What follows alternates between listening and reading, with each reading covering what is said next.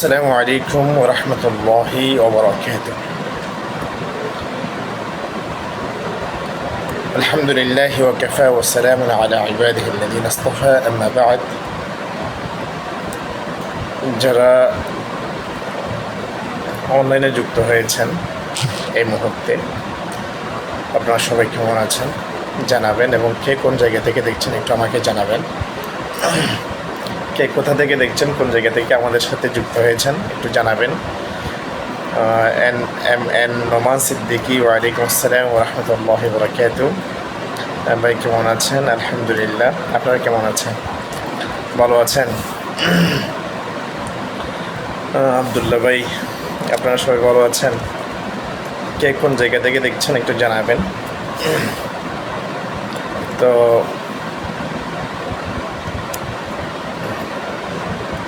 দ্রুত সবাই যদি আমরা একটু যুক্ত হয়ে যাই তাহলে এগুলো আমাদের জন্য ফায়দা হবে, ইনশাআল্লাহ কল্যাণকর হবে, আমরা সামনের দিকে আগাতে পারবো ইনশাআল্লাহ। এম নোমান সিদ্দিক, কুষ্টিয়া ইসলামী বিশ্ববিদ্যালয়, কুষ্টিয়া। মাশাআল্লাহ। আবদুল্লাহ ভাই নরসিংদী থেকে, জাযাকুমুল্লাহু আহসানাল জাযা। আপনারা কি আমার সাউন্ড শুনতে পাচ্ছেন কিনা, আমার আওয়াজ শুনতে পাচ্ছেন কিনা একটু জানাবেন কমেন্ট করে। পরিপূর্ণ আওয়াজ শোনা যাচ্ছে কিনা, আমার আওয়াজ শুনতে পাচ্ছেন কিনা, ভয়েস শুনতে পাচ্ছেন কিনা একটু জানাবেন।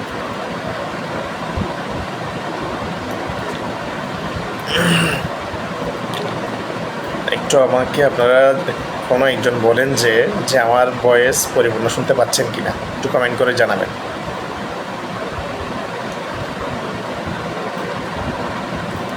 আমার আওয়াজ কি শোনা যাচ্ছে? কোনো একজন কমেন্ট করে জানাবেন।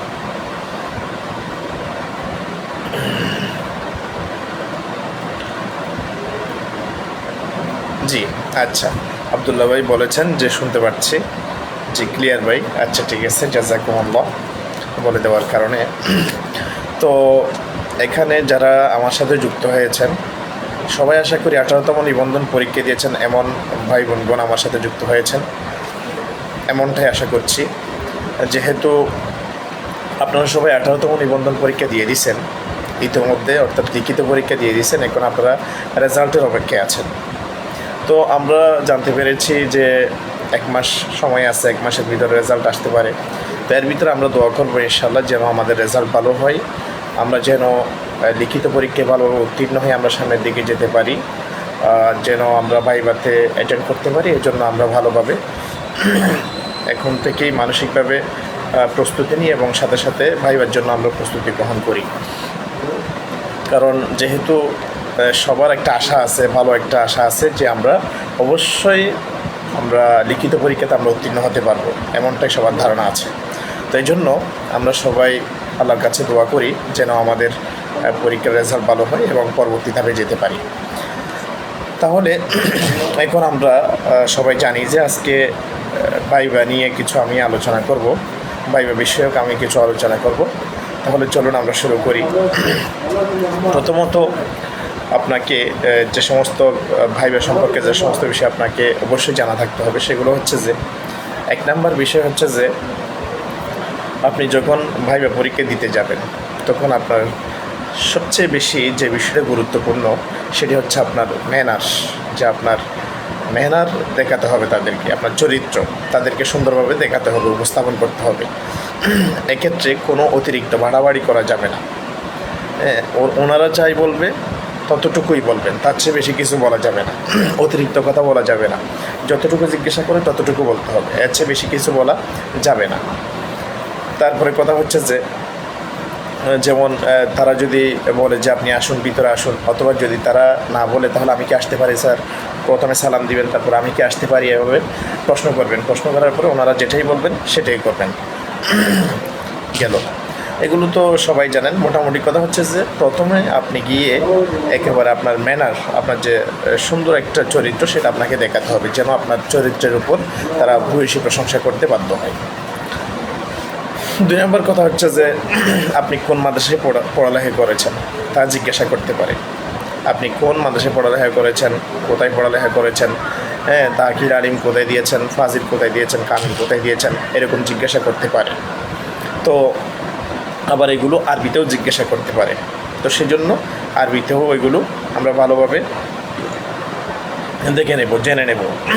তারপরে কথা হচ্ছে যে আপনি যে সর্বশেষ যে মাদ্রাসায় পড়ালেখা করেছেন, কামিল যে মাদ্রাসা থেকে করেছেন, ওই মাদ্রাসার নাম কি, ওই মাদ্রাসার নাম কি এবং ওই মাদ্রাসার বৈশিষ্ট্য কী হতে পারে তা আপনার থেকে জিজ্ঞাসা করতে পারে। তারপরে কথা হচ্ছে যে আপনি যেই মাদ্রাসায় পড়ালেখা করেছেন ওই মাদ্রাসার কিছু বৈশিষ্ট্য অবশ্যই আপনার জানা থাকতে হবে। কামিলে অর্থাৎ কামিল প্রথম বর্ষে এবং দ্বিতীয় বর্ষে কী কী সাবজেক্ট আছে, কোন কোন বিষয়গুলো রয়েছে এ সম্পর্কে আপনার ধারণা থাকতে হবে। কামিল প্রথম বর্ষে আপনি কী কী কিতাব পড়েছেন এবং কামিল দ্বিতীয় বর্ষে আপনি কী কী কিতাব পড়েছেন এ সম্পর্কে আপনার জানা থাকতে হবে, এই কিতাবগুলো সম্পর্কে। তাহলে প্রথম বর্ষে কয়টা কিতাব ছিল, দ্বিতীয় বর্ষে কয়টা কিতাব ছিল, এগুলো আপনার পরিপূর্ণ জানা থাকতে হবে, মুখস্থ থাকতে হবে এই কিতাবগুলো সম্পর্কে। যদি আপনি আদব নিয়ে থাকেন, আদবের বিষয়গুলো আপনার জানা থাকতে হবে। আপনি যদি হাদিস নিয়ে থাকেন, হাদিসের বিষয়গুলো আপনার জানা থাকতে হবে, অবশ্যই জানা থাকতে হবে। এই বিষয়গুলো আপনাকে অবশ্যই মাথায় রাখতে হবে। তারপরে হচ্ছে যে এভাবে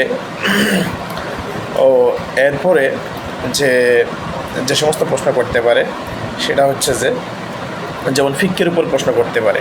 আপনি যদি ফিকে বিষয়ক আপনি পরীক্ষা দেন, অর্থাৎ আপনি যদি প্রবাসক ফিকের অর্থাৎ পরীক্ষা দিয়ে থাকেন, তাহলে ফিকের উপর প্রশ্ন করতে পারে অবশ্যই। তারপরে আপনি যদি হাদিসের উপর প্রবাসক দিয়ে থাকেন, অবশ্যই প্রবাসক হাদিসের উপরে আপনাকে প্রশ্ন করতে পারে। তারপরে আপনি আরবি প্রবাসক নিয়ে পরীক্ষা দিয়েছেন, তাহলে অবশ্যই আপনাকে কোরআন হাদিস ফিকা এবং উসুলি ফিকা এই সমস্ত বিষয়গুলো দেখে পরীক্ষা করতে পারে।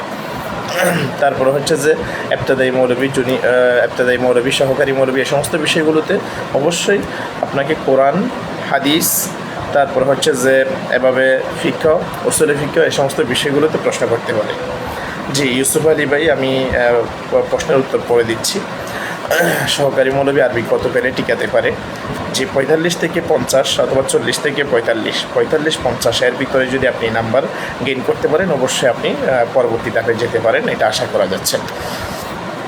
তো যাই হোক, এরপরে আসুন, এরপরে প্রশ্ন করতে পারে যে ইসলাম কাকে বলে।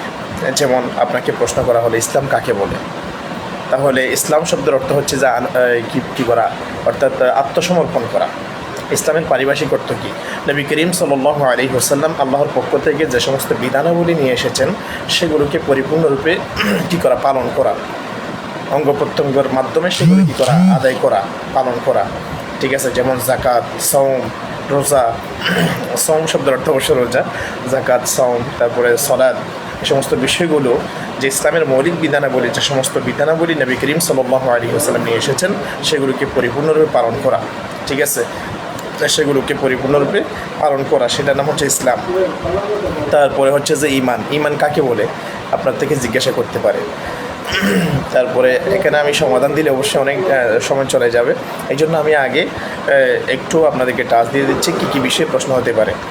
তারপরে ঈমান কাকে বলে, তাওহীদ কাকে বলে, রসুল কাকে বলে আপনাকে অবশ্যই প্রশ্ন করতে পারে। হাদিস কাকে বলে প্রশ্ন করতে পারে। তারপর হচ্ছে যেভাবে আদদুর রসুলের সংখ্যা কত। ঠিক আছে, তারপরে হচ্ছে যে আদদু আসমাউল হোসনা, অর্থাৎ আসমাউল হোসনা, যে আসমাউল হোসনার অর্থাৎ সংখ্যা কত। ঠিক আছে, তারপর হচ্ছে যে প্রথম নবীকে, শেষ নবীকে। এভাবে হাদিসের উপর আরও যে সমস্ত প্রশ্ন হতে পারে, যে খেয়াল করুন, হাদিসের উপরে সনদ কাকে বলে। যেমন সনদ হচ্ছে যে যখন হাদিস বর্ণনা করে তখন এমন অবস্থার মধ্যে ওই যে রাবিদের নামের যে একটা বর্ণনা আছে এটাকে কি বলা হয়, সনদ বলা হয়। মতন কাকে বলা হয়? মতন বলা হয় যে সম্পূর্ণ হাদিস যেটা পড়া হয়, যেমন ইন্নামাল আমালু বিন্নিয়াত, এটা একটা হাদিস। এই হাদিসের মতন এটাকে মতন বলা হয়, এই মূল হাদিসটাকে মতন বলা হয়। এবং হাদিসের আগে যে সমস্ত রাবির নাম থাকে এদেরকে কি বলা হয়, মানে এই যে একটা ধারাবাহিকতা যেটা আছে সেটাকে কি বলা হয়, অর্থাৎ ওই সনদ বলা হয়।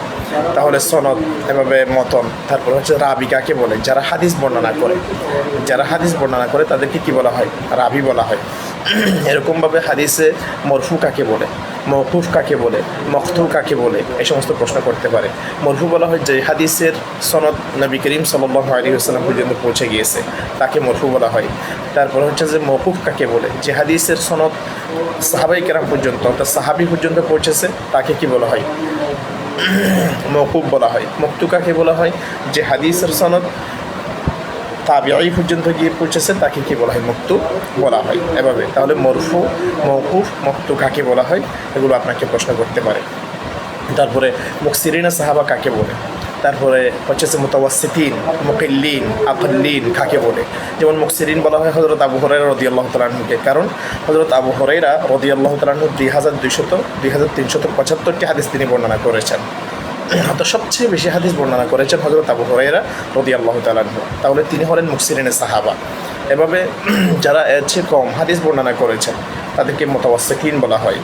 যারা সবচেয়ে বেশি হাদিস বর্ণনা করেছেন তাদেরকে মুকসিরিন বলা হয়। যারা এর চেয়ে কম সংখ্যক হাদিস বর্ণনা করেছেন তাদেরকে কি বলা হয়, মুতাওয়াসসিতিন বলা হয়। এর চেয়ে যারা কম বর্ণনা করেছেন তাদেরকে মুকিল্লিন বলা হয়। এর চেয়েও যারা কম বর্ণনা করেছেন তাদেরকে আকাল্লিন বলা হয়। এভাবে এগুলো আপনাকে প্রশ্ন করতে পারে। তারপরে হচ্ছে যে এভাবে মুতাওয়াতির হাদিস কাকে বলে, মশহুর হাদিস কাকে বলে, তারপরে হচ্ছে যে হাদিসে আহাদ কাকে বলে। তাহলে মুতাওয়াতির, মশহুর, আহাদ এই হাদিসগুলো কাকে বলে। তারপর হচ্ছে যে আজিজ কাকে বলে, গরিব কাকে বলে, এই হাদিসগুলো আপনার থেকে প্রশ্ন করতে পারে। জি, বাইজিৎ মল্লিক ভাই বলেছেন কাটমার্ক সম্পর্কে বলেন, এগুলো ক্লাসে বলবেন। আচ্ছা ঠিক আছে, বলবো আমি। অর্থাৎ কাটমার্ক বলতে সাধারণত যে সহকারী মৌলবীতে 45 পেলে, 45 থেকে 50 পেলে টিকানোর সম্ভাবনা আছে। তারপরে হচ্ছে যে প্রভাষকে 50 থেকে 55 পেলে এর ভিতরে টিকানোর সম্ভাবনা আছে, এমনটা ধারণা করা হচ্ছে। বুঝলেন নাই? আচ্ছা, তারপরে আসুন, তাহলে আমি হাদিসের বিষয়ে যে সমস্ত প্রশ্ন করা যেতে পারে বা করতে পারে সেগুলো আমি আপনাদের সামনে উপস্থাপন করেছি। ইসলাম কাকে বলে, ঈমান কাকে বলে, তাওহীদ কাকে বলে, এভাবে হাদিস কাকে বলা হয়। তারপরে হাফেজ হাদিস কাকে বলে, যেমন হাফেজ হাদিস বলা হয় যার কাছে 1 লক্ষ হাদিস মুখস্থ আছে, তাকে হাফেজ হাদিস বলা হয়। এবং হুজ্জত কাকে বলে, ঠিক আছে। জামে কাকে বলে, জামে বলা হয় যে হাদিসের মধ্যে 8টি বিষয় থাকে, অর্থাৎ যে হাদিসের কিতাবে 8টি বিষয় থাকে তাকে জামে বলা হয়। যেমন হচ্ছে যে ফিতন, আহকাম, আরশাদ, মানাকিব, সিয়র, এই সমস্ত বিষয়গুলো যে হাদিসের মধ্যে অন্তর্ভুক্ত আছে তাকে কি বলা হয়, অর্থাৎ ওই জামে বলা হয়। সুনান কাকে বলা হয়, সুনান বলা হয় যে হাদিসটি ফিকহের তরতিব অনুযায়ী, ফিকহের যে কিতাব রয়েছে, ফিকহের কিতাবের তারতিব অনুযায়ী যেই কিতাব লেখা হয়, যে হাদিসের কিতাব লেখা হয় তাকে কি বলা হয়, অর্থাৎ সুনান বলা হয়। তারপর হচ্ছে যে এভাবে মুসনদ কাকে বলে, সনদ কাকে বলে, ঠিক আছে। তারপরে জামে এবং এই কী বলে যে জামের মাঝখানে পার্থক্য কী, আল ফারকু বাইনাল জামি ওয়াস সহিহ, জামে এবং সহির মাঝখানে পার্থক্য কী, জামে এবং সুনানের মাঝখানে। কারণ জামে বলা হয় যে হাদিসের মধ্যে 8টি বিষয় থাকে, আগেও বলেছি। আর সুনান বলা হয় যে হাদিসের মধ্যে, যে হাদিসের কিতাবটি নবী করিম সাল্লাল্লাহু আলাইহি ওয়াসাল্লামের বাণী সম্বলিত যে হাদিসটি ফিকহের তারতিবে লেখা হয়, ফিকহের পদ্ধতিতে লেখা হয়, তাকে কি বলা হয়, সুনান বলা হয়। অর্থাৎ প্রথমত তাহারত থাকবে, তারপর হচ্ছে যে জাকাত থাকবে, সওম থাকবে, এবং হজ থাকবে। এভাবে ফিকহের তরতিব অনুযায়ী যে সমস্ত কিতাব লেখা হয়, হাদিসের কিতাব, সেগুলোকে সুনান বলা হয়। এখন আসুন, এবং সহিহ কাকে বলা হয়, এগুলো সবগুলো হাদিসের বিষয়ে প্রশ্ন হতে পারে। যাদের প্রশ্ন আছে, যারা শুনতে পাচ্ছেন আমাকে, তারা যে সমস্ত প্রশ্ন আছে এগুলো বলবেন আমাকে। তারপরে আসুন, এভাবে প্রশ্ন করতে পারে যে ফিকহের বিষয়ে অনেক ধরনের প্রশ্ন করতে পারে। সালাউদ্দিন ভাই বলেছেন ওয়ালাইকুম আসসালাম, আসসালামু আলাইকুম। ওয়ালাইকুম আসসালাম ওয়া রাহমাতুল্লাহ। জি, তাহলে ফিকহের বিষয়ে যে সমস্ত প্রশ্ন করতে পারে, যেমন হচ্ছে যে তহারত কাকে বলে। তহারত শব্দের অর্থ হচ্ছে পবিত্রতা।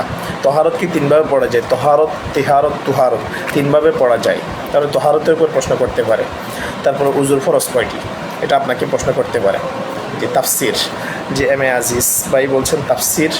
জি, তাফসির বিষয়ে অবশ্যই যে সমস্ত তাফসিরের বিষয়কে কেন্দ্র করে যে সমস্ত প্রশ্ন হতে পারে, আপনাকে প্রথমে দেখতে হবে যে সিলেবাসের মধ্যে কোন কোন বিষয়গুলো রয়েছে। এই বিষয়গুলোকে হাইলাইট করে বেসিক কতগুলো বিষয় আপনাকে জানা থাকতে হবে। জি, তাহসিন মাহমুদ সুমন, ইসলাম শিক্ষা কাটমার্ক তো বললেন না। ইসলাম শিক্ষা কাটমার্ক হচ্ছে যে মনে করেন এই অনেকে বলছে যে 50, 55, 45 এরকম বলছে আর কি, 50, 55 এরকম ধরে নেন না।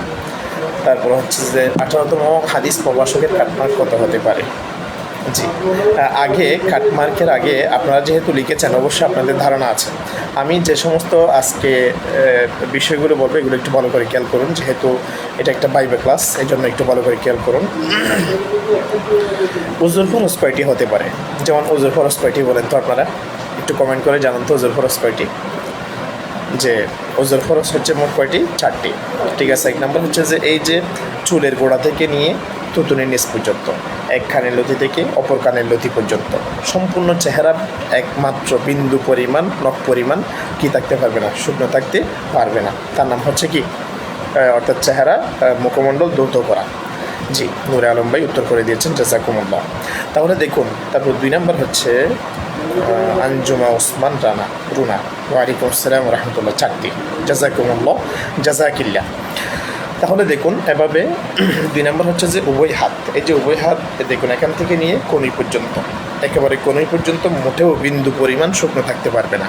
জিজ্ঞাসা করতে পারে, আপনি সীমানা বর্ণনা করুন, যে হাত ধোয়ার সীমানা বর্ণনা করুন, জিজ্ঞাসা করতে পারে, এই জন্য বলছি। তারপর হচ্ছে যে এভাবে উভয় হাত, অর্থাৎ উভয় হাত কনুই সহ দ্রুত করতে হবে। তারপরে হচ্ছে যে এভাবে পায়ের সীমানা কতটুকু? পায়ের সীমানা হচ্ছে যে উভয় পা ঢাকনো সহ দৌত করতে হবে, উভয় পা ঢাকনো সহ কী করতে হবে? দৌত করতে হবে। তারপর মাথা হচ্ছে মাথার 4 ভাগের 1 ভাগ মাসে করা। পুরা মাথা মাসে করা হচ্ছে মোস্তাহাব, ভালো করে খেয়াল করবেন, পুরা মাথাটা মাসে করা মোস্তাহাব, এবং পুরা মাথার 4 ভাগের 1 ভাগ মাসে করা হচ্ছে ফরজ।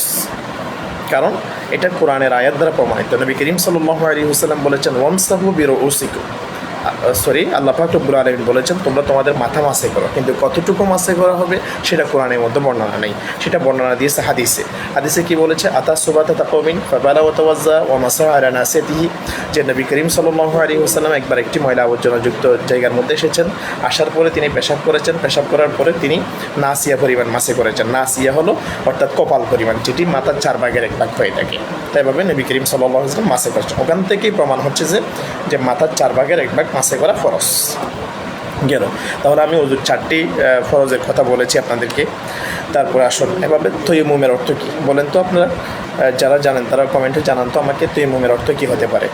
তৈমুম শব্দের আবিধানিক অর্থ হচ্ছে যে ইচ্ছা করা, ঠিক আছে। তারপরে হচ্ছে যে ইয়াম্মু, ঠিক আছে। অর্থাৎ তৈমুম শব্দটি হচ্ছে ইয়া মিম মিম এই শব্দ থেকে উৎপত্তি, তার অর্থ হচ্ছে আল কসদ, ইচ্ছা করা। তৈমুমের পারিভাষিক সংজ্ঞা, পবিত্রতা অর্জনের উদ্দেশ্যে পাক মাটিতে উভয় হাত মেরে একবার পরিপূর্ণ চেহারা কী করা, অর্থাৎ মাসে করা, এবার পরিপূর্ণ চেহারা কী করা, মাসে করা। তারপরে উভয় হাত কী করা, মাসে করা, কনুই সহ মাসে করা। আর একবার মাটিতে হাত মেরে উভয় হাত কনুই সহ কী করা, মাসে করা। ঠিক আছে, জি, ইচ্ছে করা। কমেন্টের অ্যান্সার দেন। রবিউল ইসলাম ভাই বলেছেন, জি আমি কমেন্টে অ্যান্সার দিব, এখন একটু আগে ক্লাসটি একটু শেষ করি, তারপরে আমি অ্যান্সার দিব। কিন্তু এখন এই যে ক্লাস করা হচ্ছে, ক্লাস রিলেটেড উত্তরগুলো আপনারা আগে দেন। তারপরে হচ্ছে যে 17তম আরবি প্রভাষক সর্বনিম্ন কাটমার্ক কত হতে পারে? কাটমার্ক ধরেন, কাটমার্ক হচ্ছে যে 50 থেকে 55, ঠিক আছে। আরবি প্রভাষক কাটমার্ক 50 থেকে 55 হতে পারে। এখন আসুন, কয় ওয়াক্তের মধ্যে নামাজ আদায় করা নিষেধ, মানে কয়টি সময়ের মধ্যে নামাজ আদায় করা কী হতে পারে, নিষেধ হতে পারে বলেন তো আপনারা? 3 সময়ে নামাজ আদায় করা নিষেধ। যখন সূর্য উদয় হয় ওই সময় নামাজ আদায় করা নিষেধ, যখন সূর্য ঠিক মধ্যাহ্নে আসে তখন নামাজ আদায় করা নিষেধ, যখন ঠিক সূর্য যখন কি হয়ে যাবে, অস্ত যাবে, তখন এমন অবস্থার মধ্যে নামাজ আদায় করা কি নিষেধ, মাকরুহে তাহরিমি। ভালো করে খেয়াল করবেন। তাহলে 3 ওয়াক্ত। তারপরে হচ্ছে যে ফরাইজুস সালাত, নামাজের ফরজ বলেছি, আচ্ছা উজুর ফরজ বলেছি, নামাজের ফরজ কয়টি হতে পারে? নামাজের ফরজ কয়টি বলেন তো আপনারা? ভিতরে বাহিরে কয়টি? আপনারা তো অবশ্যই পড়েছেন, ভিতরে বাইরে 14টি হতে পারে।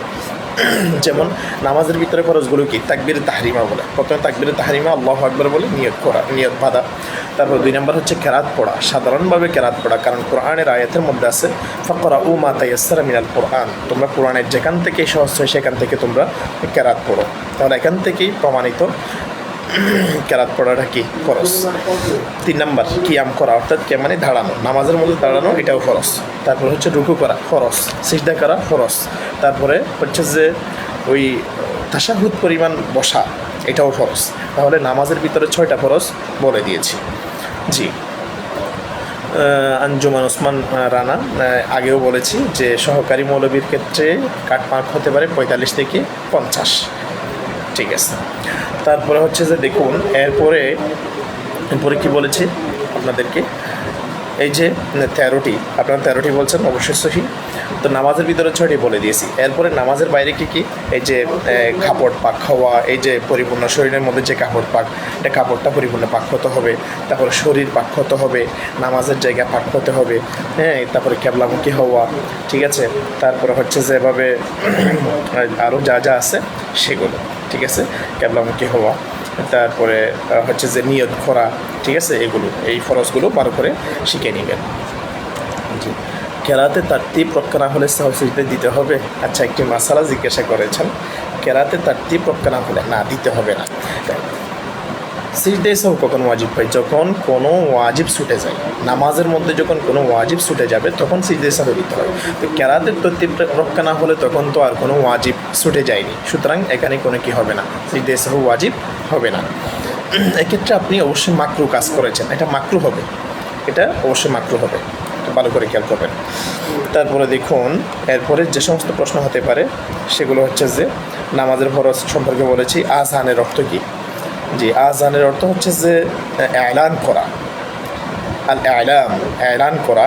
আর আযানের পারিভাষিক সংজ্ঞা হচ্ছে যে নামাজ আদায়ের উদ্দেশ্যে নির্দিষ্ট সময়ের মধ্যে নির্দিষ্ট শব্দাবলীর মাধ্যমে নামাজের দিকে আহ্বান করা, তাকে আযান বলা হয়। বিতিরের অর্থ কী? বিতির শব্দের অর্থ হচ্ছে বিজোট। বিতির শব্দের অর্থ কী? বিজোট। তারপরে আসুন হুকমুল বিতিরের হুকুম কী? খেয়াল করুন, বিতিরের হুকুম হচ্ছে যে ওয়াজিব। বিতিরের হুকুম কি? ওয়াজিব। এবং বিতির কত রাকাত? যে 3 রাকাত, ঠিক আছে। হানাফি মাযহাব মোতাবেক 3 রাকাত অবশ্যই। তারপরে এভাবে তারাবির রাকাত সংখ্যা জিজ্ঞাসা করতে পারে। তারাবির রাকাত সংখ্যা হচ্ছে যে কত? 20 রাকাত। বলেন তারাবির রাকাত সংখ্যা কত হতে পারে? 20 রাকাত। তারপরে ইশফাকুর রহমান ভাই আপনি বলেছেন আরবি ভাষা কাটমার্ক কত হতে? 50 থেকে 55 ধরে নেন। তারপরে হচ্ছে যে তারাবির হুকুম কি? তারাবির হুকুম হচ্ছে যে সুন্নতে মুআক্কাদা আলাল কিফায়া, এটা হচ্ছে তারাবির বিধান। খায়রুন্নিসা বলেছেন 1 রাকাত পড়া যাবে। 1 রাকাত আসলে পড়া যাবে না।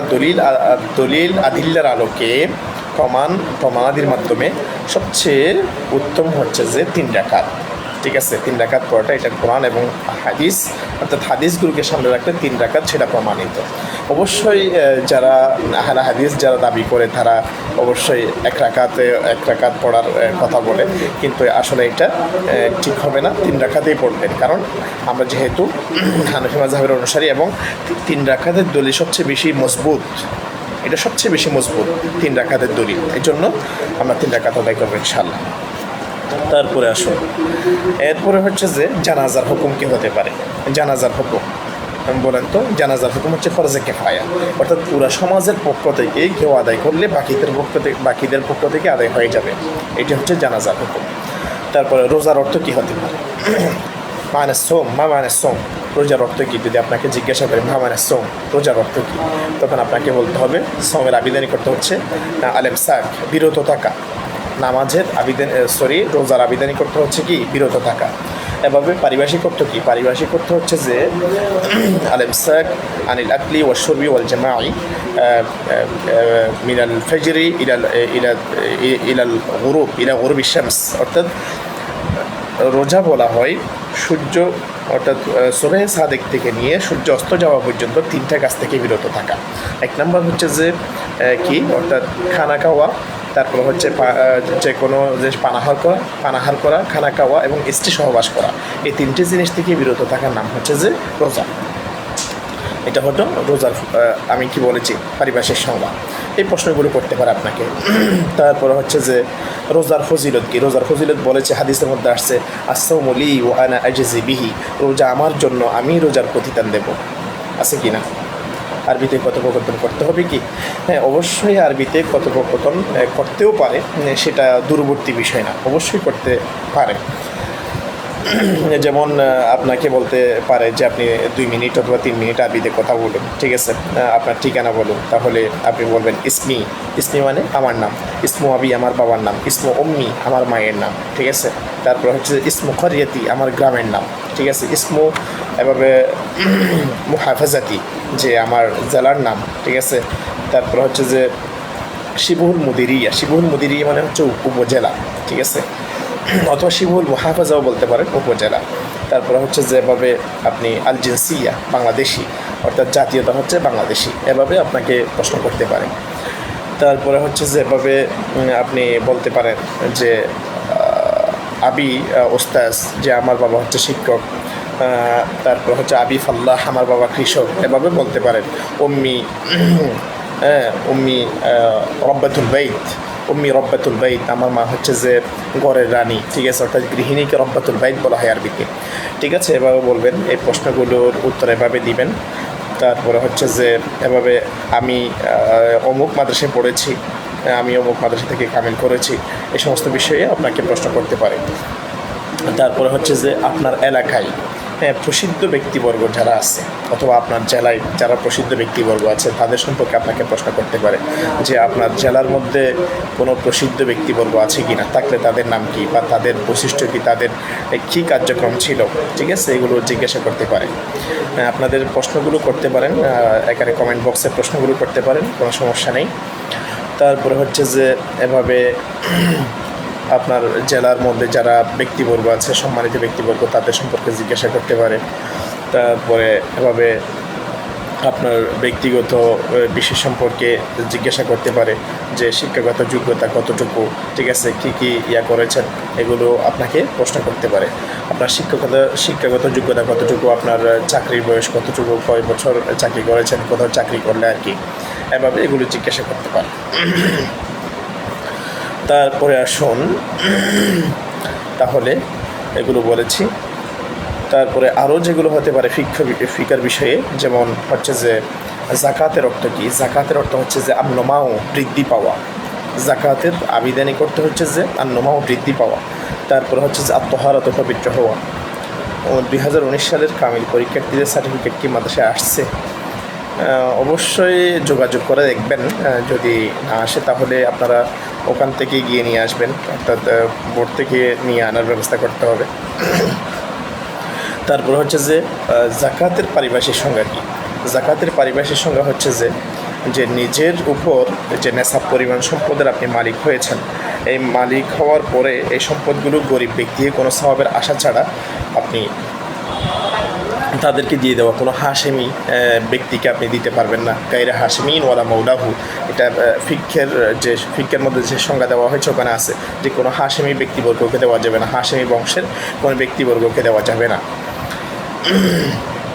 ইসলামী আরবি বিশ্ববিদ্যালয়ে এমন অবস্থা, অনার্স শেষ করতে এত সময় লাগায় কেন? এটা নিয়ে বিস্তারিত কথা বলেন প্লিজ।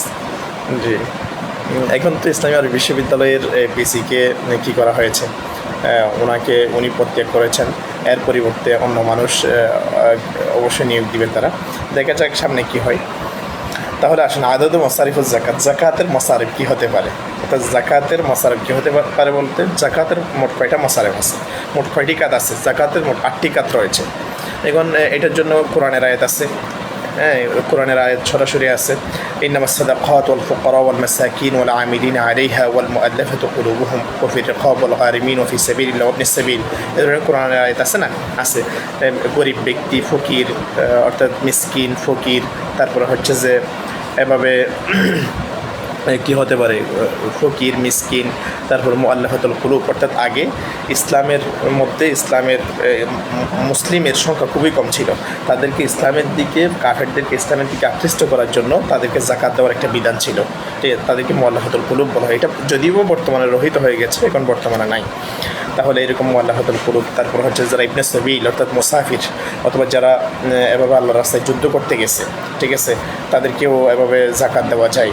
তারপরে হচ্ছে যে যারা ঋণগ্রস্ত ব্যক্তি, তাদেরকে ঋণ পরিশোধ করার জন্য যাকাত দেওয়া যায়। তাহলে এই যে 8 প্রকার, আমি পরিপূর্ণ 8 প্রকার বলি নাই, এটা অবশ্যই কোরআনের আয়াতের মধ্যে আছে, আপনারা পরিপূর্ণ করবেন, এই 8 প্রকার শিখে নেবেন। জাকাতের মাসারেফ, তারপরে জাকাতের নেশাব কতটুকু, এই যে স্বর্ণ হলে 7.5 ভরি, তারপর হচ্ছে যে রূপা হলে 52.5 তোলা, এই যে বিষয়গুলো রয়েছে। তারপরে নগদ টাকা থাকলে রূপার সমপরিমাণ যদি কেউ থেকে মূল্য হয়ে থাকে, ক্ষেত্রেও জাকাত দিতে হবে। যদি নগদ টাকা থাকে, সেটা যদি রূপার সমপরিমাণ নেশাবের মধ্যে পৌঁছে যায়, অবশ্যই আপনাকে জাকাত দিতে হবে। তারপরে হচ্ছে যে হজের আবেদনই করতে কি, হজের আবেদনই করতে হচ্ছে যে জিয়ারত করা, ঠিক আছে। হজের ফরজ কয়টি বলেন তো? হজের ফরজ কয়টি? আপনারা হজের ফরজ কয়টি বলেন? আমাকে একটু বলেন তো আপনারা, হজের ফরজ কয়টি? জি বলেন, হজের ফরজ কয়টি হবে বলেন? হজের ফরজ হচ্ছে যে হজের ফরজ হচ্ছে যে কি? কালা কলম কই পলিথিন কই? এটা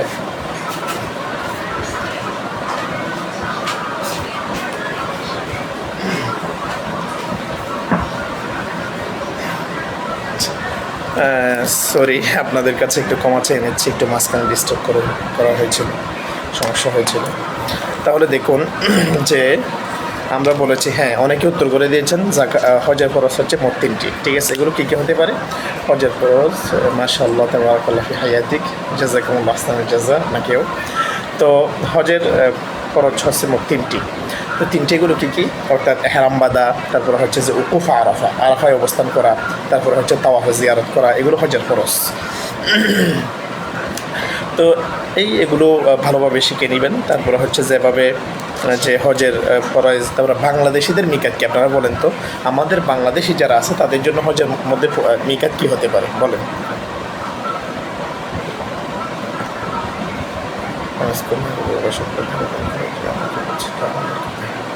জি বলেন, এখানে বাংলাদেশিদের মিকাত, অর্থাৎ আমরা যখন হজ করতে যাই তখন আমাদের জন্য মিকাত কি হতে পারে? অর্থাৎ আমরা কোথা থেকে ইহরাম পরিধান করে আমরা যাব, যে কোনো জায়গা থেকে গেলে তো আর হবে না। ইয়ালামদাম, মাশাআল্লাহ, দেলোয়ার হোসেন ভাই জাযাকুমুল্লাহু আহসান জাযা উত্তর করে দিয়েছেন। জি, এভাবে ইয়ালামদাম হচ্ছে আমাদের বাংলাদেশিদের মিকাত। জি, মানে সাই। তো সাইন শব্দের অর্থ কি? সাইন শব্দের অর্থ হচ্ছে দৌড়ানো, ঠিক আছে। এই যে সাফা, সাইয়ু বাইনা সাফা ওয়াল মারওয়া, সাফা থেকে মারওয়া, মারওয়া থেকে সাফা, এভাবে দৌড়ানো, তার নাম হচ্ছে সাইয়ু বাইনা সাফা ওয়াল মারওয়া। আপনাকে জিজ্ঞাসা করতে পারে যে সাইন শব্দের অর্থ কী, ঠিক আছে। জি, মাসুম বিল্লাহ ভাই ইয়ালামদাম জাযাকুমুল্লাহু আহসান জাযা। এখানে মাঝখানে আমি একটা কথা আপনাদেরকে বলে নিই, যারা এখানে যুক্ত আছেন বা যারা আপনাদের কাছে যারা পরিচিত, তাহকিকের মধ্যে যারা দুর্বল, তাদের জন্য আমি একটা আয়োজন করেছি। সেটা হলো প্রতিদিন আমি একেবারে সকাল 8:30টার দিকে, 8:20-এর দিকে আমি একটা ক্লাস শুরু করি, ফ্রিতে একেবারে, ঠিক আছে। আমি আমার এই পেজ থেকে আমি দিয়ে থাকি, লাইভ ক্লাস দিয়ে থাকি। অনেকেই এখানে শরিক হয়ে থাকেন, মাসুম বিল্লাহ ভাই তিনিও অনেকবার করেছেন আমার ক্লাসটা। তো যদি প্রতিদিন এই ক্লাসগুলো করে থাকেন, অবশ্যই আপনার জন্য ফায়দা হবে, অবশ্যই আপনি তাহকিক পারবেন। যে তাহকিকের মধ্যে 7টি জিনিস অবশ্যই লাগে, তাহকিকের মধ্যে 7টি বিষয় লাগে। এক নম্বর হচ্ছে যে সিগা, বাহাস, ভাব, মাদ্দা, তারপরে জিন্স, তারপরে হচ্ছে যে অর্থ, মাসদার, এগুলো অবশ্যই আপনাকে জানতে হবে। তো এই জন্য আপনি যদি আমার ক্লাসগুলো ধরেন বা নিয়মিত করেন, অবশ্যই ইনশাআল্লাহ আপনি ক্লাসে ভালো কিছু করতে পারবেন এবং তাহকিক ভালোভাবে পারবেন, ঠিক আছে। আমি এর উপরে ইতিমধ্যে 7টি ক্লাস আমি নিয়ে ফেলেছি, অর্থাৎ মাঝি করি পর্যন্ত আমি শেষ করে দিয়েছি। আজকে আগামীকাল মাঝি বা ঈদের উপর ক্লাস হবে। তো যারা একটু ভালোভাবে দক্ষতা অর্জন করতে চান, ইনশাআল্লাহ পারবেন, আপনারা শরিক হবেন, অবশ্যই আপনাদের জন্য ফায়দা হবে এক্ষেত্রে। আচ্ছা, তারপরে আসুন নূরে আলম নামের অর্থ কী? নূর মানে হচ্ছে আলো, আলম মানে হচ্ছে পৃথিবী, পৃথিবীর আলো। সুবহানাল্লাহ, কত সুন্দর একটা নাম, নূরে আলম, পৃথিবীর আলো, পৃথিবীর জ্যোতি। ঠিক আছে। আশিকুন শব্দের তাহরিক, আশিক এটা হচ্ছে একটা ইসমে ফাইলের সিগা। আশিক কিসের সিগা? ইসমে ফাইলের ওয়াহিদ মুজাক্কারের সিগা। আশিকুন, আশিকানা, আশিকুনা, আশিকাতুন, আশিকাতানা, আশিকাতুন। সুবহানাল্লাহ, এটা হচ্ছে ইসমে ফাইলের ওয়াহিদ মুজাক্কারের সিগা। তাহলে আশিকুন এটা মূলত হচ্ছে আইশকুন, আইন শিন অফ। ঠিক আছে, অর্থাৎ মোহাব্বত, দেওয়ানা হয়ে যাওয়া, মোহাব্বত। ঠিক আছে। আচ্ছা, প্রেম, ভালোবাসা, এ হচ্ছে আশকুন শব্দের অর্থ। তারপরে আসুন যে কোরআন, আপনি কোরআন থেকে যেমন যে সমস্ত প্রশ্নগুলো হতে পারে ভালোভাবে খেয়াল করুন। তাহলে আমি ইতিমধ্যে হাদিসের যে সমস্ত প্রশ্ন হতে পারে তাও বলেছি, তারপরে ফিকের যে সমস্ত প্রশ্ন হতে পারে তাও বলে দিয়েছি। যেমন কোরআন থেকে যে সমস্ত প্রশ্ন হতে পারে, কোরআন শব্দের অর্থ কী? হ্যাঁ, কোরআন শব্দের অর্থ হচ্ছে খায়রুন নেসা। খায়রুন নেসা তাহকিক হচ্ছে যে খায়রুন শব্দের অর্থ হচ্ছে উত্তম, খায়রুন শব্দের অর্থ হচ্ছে উত্তম। নিসা শব্দটি হচ্ছে যে ইমরাতুনের বহুবচন, যেটাকে জামা মিন গায়রি লফজিহি বলা হয়। জামা মিন গায়রি লফজিহি, অর্থাৎ যে নিসাউন শব্দটি ইমরাতুনের বহুবচন, যদিও বা বহুবচন কিন্তু শব্দ ভিন্ন, অর্থাৎ একই শব্দ থেকে বহুবচন হয়নি। সাধারণত একই শব্দ থেকে বহুবচন হলে সেটা কিন্তু কি হয়ে থাকে, অর্থাৎ একই শব্দ থেকে বহুবচন হলে সেটা কিন্তু জামা মিন লফজিহি। আর যদি অন্য শব্দ থেকে হয়ে থাকে, অন্য কোনো শব্দ থেকে যদি বহুবচন হয়ে থাকে তাকে বলা হয় জামা মিন গায়রি লফজিহি। যেমন নিসাউন এটি ইমরাতুনের বহুবচন, তাই এটা জামা মিন গায়রি লফজিহি, এটা অন্য শব্দ থেকে হয়েছে। তাহলে নিসা শব্দের অর্থ হচ্ছে মেয়ে। ঠিক আছে, নিসাউন এটা ইমরাতুনের বহুবচন। তাহলে খয়রুন নেসা, অর্থাৎ খয়রুন নেসা যে নারীদের মধ্যে সবচেয়ে উত্তম। ঠিক আছে, সবচেয়ে উত্তম, যে বা নারীদের মধ্যে, মহিলাদের মধ্যে সবচেয়ে উত্তম। জি, এখানে তো অনেকেই প্রশ্ন করা শুরু করেছেন। করউন ও করনুন। আচ্ছা, মাশাআল্লাহ, নূরে আলম ভাই বলেছেন যে কোরআন শব্দটি হচ্ছে করউন অথবা করনুন থেকে। ঠিক আছে, অর্থ হচ্ছে পঠিত, আল মকরু ও পঠিত। ঠিক আছে। তারপর হচ্ছে ফুরকান। ফুরকান শব্দের অর্থ কী? ফুরকান শব্দের অর্থ হচ্ছে পার্থক্যকারী। কোরআন শব্দের অর্থ কী? পার্থক্যকারী। ফুরকান শব্দের অর্থ হচ্ছে পার্থক্যকারী। আদাদুস সূরা, সূরার সংখ্যা কত বলেন তো আপনারা? কোরআনে কতটি সূরা আছে বলেন? আপনারা একটু কমেন্টে জানান যে কোরআনে কতটি সূরা আছে। জি, মোদাফিরেই হবে। ঠিক আছে, আপনারা বলেন তো কোরআনের মধ্যে মোট কয়টি সূরা আছে? 114টি সূরা আছে। মোট কয়টি? হ্যাঁ, 114টি। এখন বলুন যে মক্কি সূরা কাকে বলা হয়? জি, মাশাআল্লাহ, MK মাইনুদ্দিন মোল্লা, জাযাকুমুল্লাহ আহসান, সবুজ বাংলা, ডিজিটাল বাংলা, একেবারে সবগুলো সবুজ বাংলা, ডিজিটাল বাংলা আপনি বলে দিয়েছেন এখানে। তাহলে আপনি 114টি বলেছেন, জাযাকুমুল্লাহ খাইরা। এরপরে বলুন যে কোরআনের মধ্যে মোট কয়টি আয়াত রয়েছে? আপনারা একটু বলেন তো কোরআনের মধ্যে বর্তমান আয়াত সংখ্যা কত বলেন? জি, জাযাকুমুল্লাহ, আপনাদেরকে কোরআনের আয়াত সংখ্যা কত বলেন? কোরআনের আয়াত সংখ্যা একটু বলেন। আপনারা লাইভে থাকলে অবশ্যই ফায়দা হবে, লাইভে থাকলে লম্বা আলোচনা করতে পারবো, যদি বিরক্ত না হন তাহলে অবশ্যই। জি, মাশাআল্লাহ, 6236 শুদ্ধ, 6666 অশুদ্ধ। আজকে থেকে 6666, যারা এখনও পর্যন্ত এই তথ্য জানেন না তারা অবশ্যই শিখে নেন। 6236 এটা হলো শুদ্ধ। MK মাইনুদ্দিন মোল্লা ভাই, আপনি বলেছেন যে কোনো একটা হতে পারে, আপনি অথবা দিয়ে বলেছেন। অথবা দিয়ে বলা যাবে না। এখন আব্দুল মালিক হাফিজাহুল্লাহ, বাংলাদেশের একেবারে শীর্ষ ওলামা ইকরামের মধ্যে থেকে একজন, তিনি আব্দুল মালিক হাফিজাহুল্লাহ, তিনি বলেছেন, তিনি একটি গবেষণা করেছেন, কোরআনের আয়াত নিয়ে একটি গবেষণা করেছেন, এ ব্যাপারে তার প্রবন্ধ আছে। তিনি বলেছেন 6236টি। ঠিক আছে, উনি বড় মাপের একজন ব্যক্তি, আন্তর্জাতিক অঙ্গনে যার পরিচয় আছে। 6236। জি, তারপরে আসুন, এরপরে তাহলে আমরা কোরআনের আয়াত সংখ্যা জেনে ফেললাম। তারপরে আসুন যে মক্কি সূরা কাকে বলা হয়, মাদানী সূরা কাকে বলা হয়? মক্কি সূরা বলা হয় যে সমস্ত সূরাগুলো মক্কায় অবতীর্ণ হয়েছে। ইয়াল্লাতী নাযালাত ফি মক্কাতা, অর্থাৎ কবলাল হিজরা, ওই সমস্ত সূরা যেগুলো হিজরতের আগে নবী করিম সাল্লাল্লাহু আলাইহি ওয়াসাল্লাম মদিনার দিকে হিজরত করার আগে মক্কায় অবতীর্ণ হয়েছে, সেগুলোকে কি বলা হয়?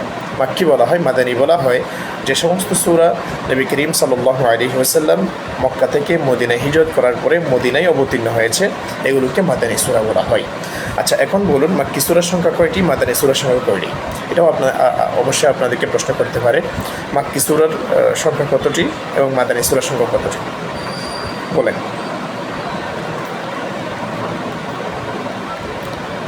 জি, মাক্কি সূরার সংখ্যা কতটি? 92টি। ভালো করে খেয়াল রাখবেন, মাক্কি সূরার সংখ্যা হচ্ছে 92টি এবং মাদানী সূরার সংখ্যা হলো 22টি। মাথায় রাখবেন।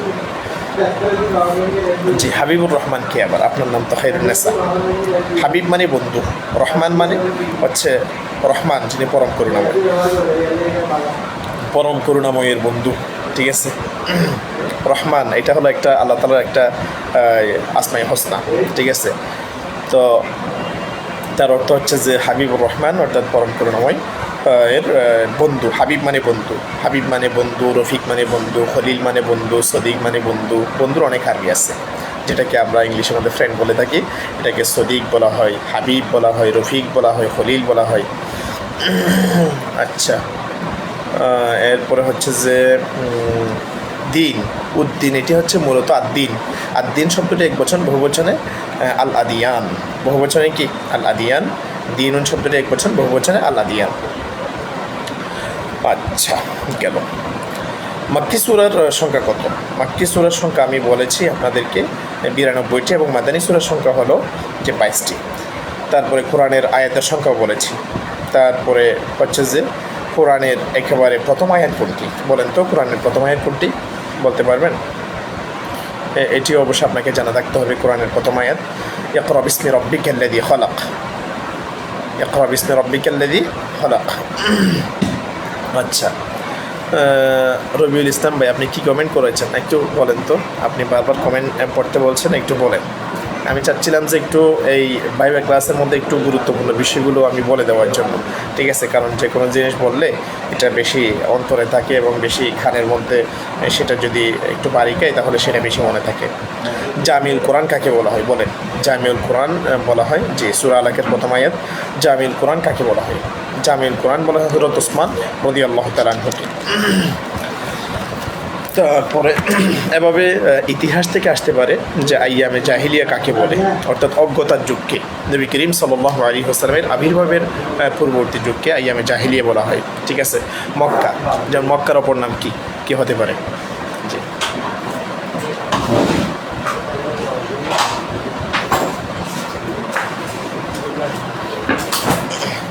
জি, মক্কার অপর নাম কি হতে পারে একটু জানাবেন সব, বলেন।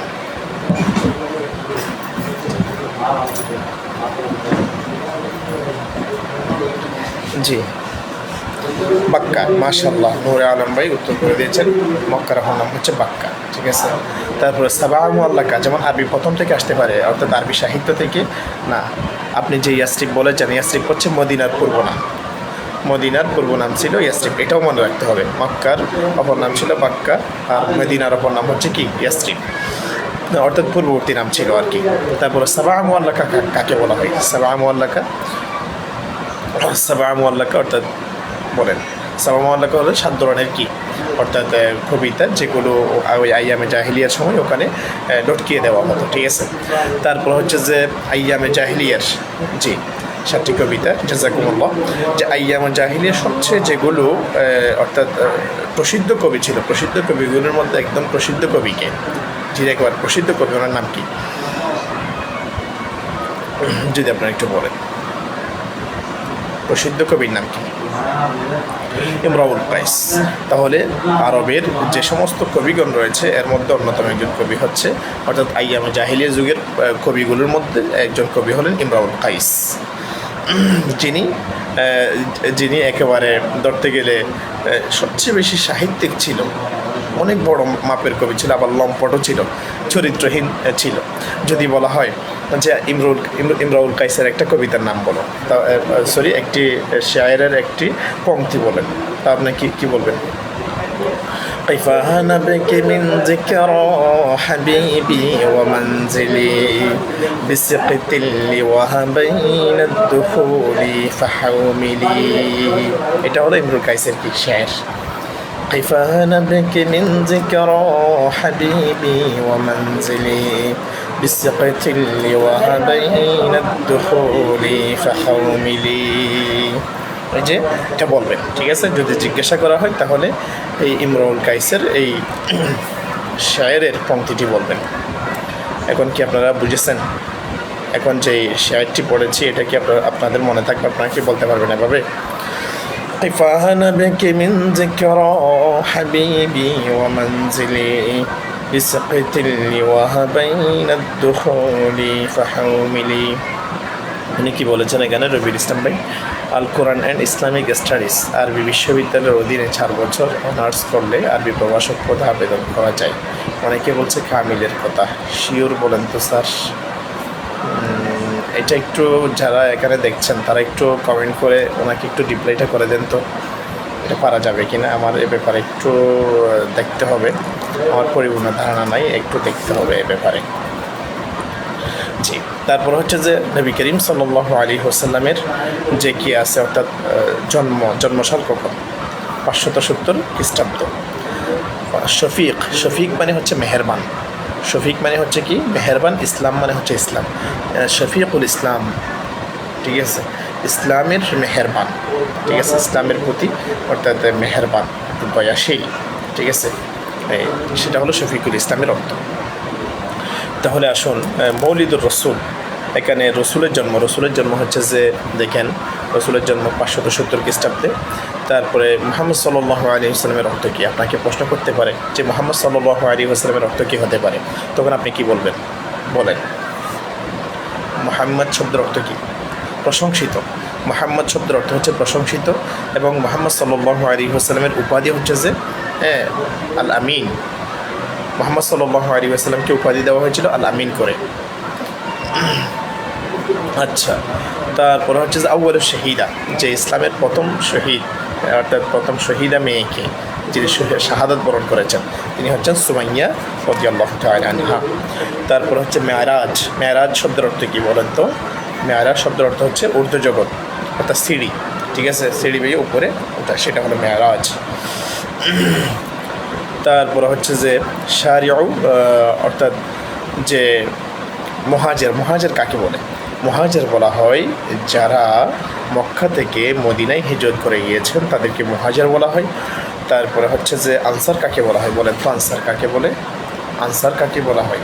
আনসার বলা হয় যারা মুহাজিরদেরকে মদিনায় যাওয়ার পরে সাহায্য করেছেন, পরিপূর্ণরূপে তাদেরকে হেল্প করেছেন, যত প্রকারের সহযোগিতা আছে সবগুলো করেছেন, তাদেরকে আনসার বলা হয়।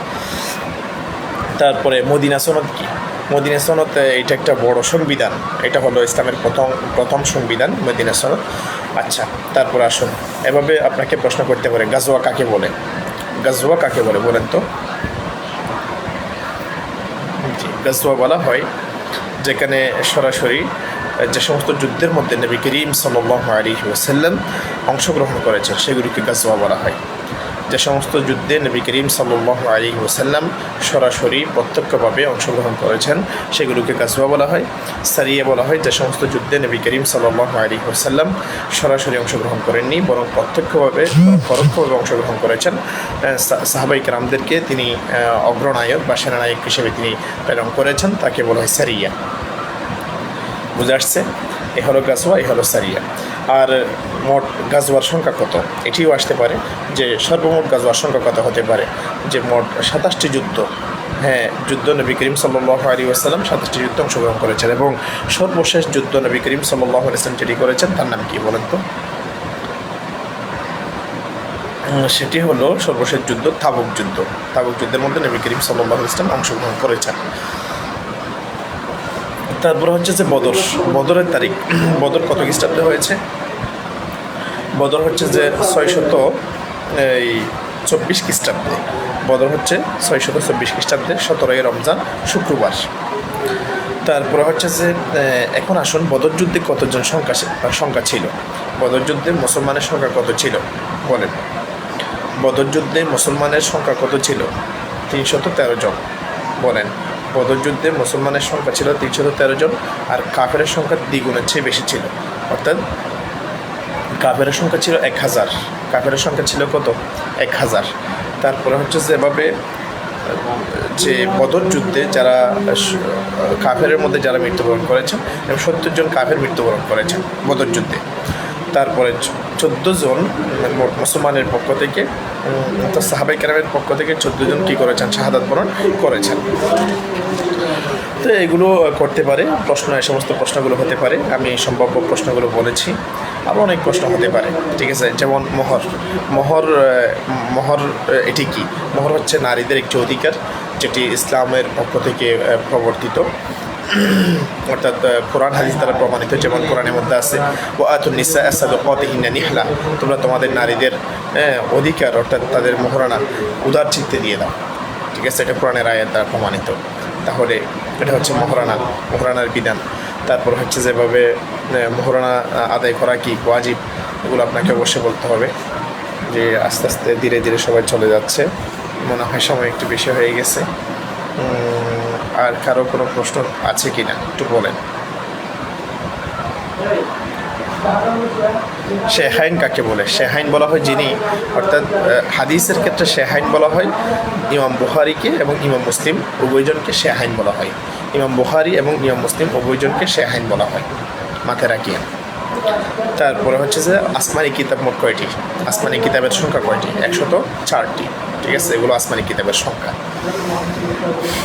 তারপরে হচ্ছে যে আবার ফিকহের ক্ষেত্রে যদি শেহাইন বলা হয়, ফিকহের ক্ষেত্রে শেহাইন কাকে বলে? ফিকহের ক্ষেত্রে শেহাইন বলা হয় ইমাম আবু হানিফা রাহমাতুল্লাহ আলাইহি এবং ইমাম আবু ইউসুফ রাহমাতুল্লাহ আলাইহি যদি একসাথে হয়ে থাকে, তাদেরকে শেহাইন বলা হয় ফিকহের ক্ষেত্রে। জি, রহিদুল ইসলাম ভাই বলেছেন বুখারী প্লাস মুসলিম। ঠিক আছে, ইমাম বুখারী এবং ইমাম মুসলিম একই সাথে হলে তাদেরকে কী বলা হয়? অর্থাৎ ওই বলা হয় যে শেহাইন। আর কার কি প্রশ্ন হতে পারে বলেন।